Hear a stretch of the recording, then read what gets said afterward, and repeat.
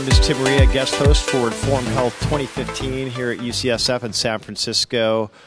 We have my good friend and one of the instigators, the perpetrators, the creators of Informed Health, Dr. Nora Sawyer. How are you doing?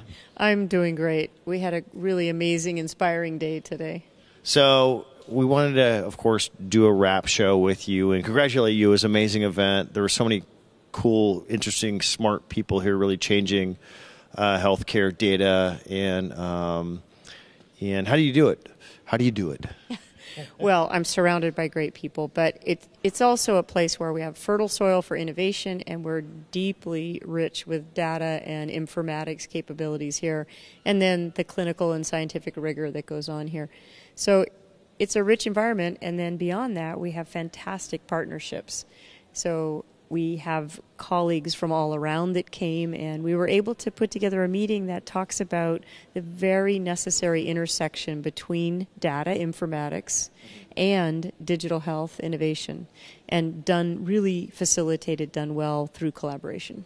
And there's a lot of really interesting announcements, some stuff that you were telling me about that I couldn't say, but now you can expose that. Right. We had a few reveals today. One was that we were able to announce the Institute for Computational Health Sciences, which the new head of that has been hired and agreed to come, and that's Atul Butte, who is phenomenal. So we're very excited about that.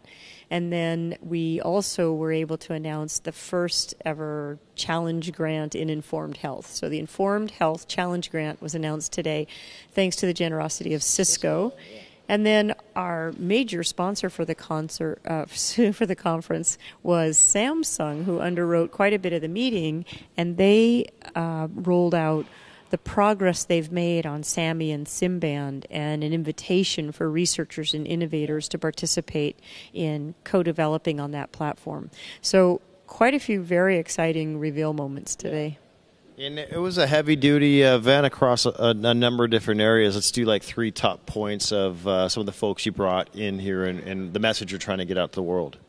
I think the message is that we live informed lives in many sectors of our lives. So if I want to get from here over to where I'm going to dinner tonight, I can just pull in data in real time that tells me exactly where I need to go. Yeah. That's an informed life. The same thing when we book hotels or we want to select movies, etc. It's data being made available to us in real time at what I've coined point of choice. So at the moment we want to make the decision, we have the data we need to facilitate making the best decision or optimizing the decision for ourselves. And as much as we like to say that we are evidence-based in our medical practices, it's still very challenging to utilize all the data that really does exist. We need to get through the barriers, and there are many, it's very challenging, of getting data to the moment of point of choice, whether it's a patient or a family member making choices about health, or whether it's the provider and the patient making shared decisions. If the data is not available real time at the moment of point of choice or point of care, it's underutilized. Okay. And new hospitals launching here in 2 weeks or something like that, right? You guys are right, beginning of February, and we had a tour of the new hospital. We had a virtual tour first on stage, and then we had a walking, or what I call a net walking tour. Yeah, so net walking. Yes, and so we were able to continue networking while we walked over the new hospital and actually got to see it and went into patients' rooms. And what I'm interested about in terms of this conference is it's informed health applied. So instead of just talking about technology and data, it's where does the rubber meet the road? Right, and how are we going to leverage the really powerful data and informatics into the moment of point of choice in a hospital setting?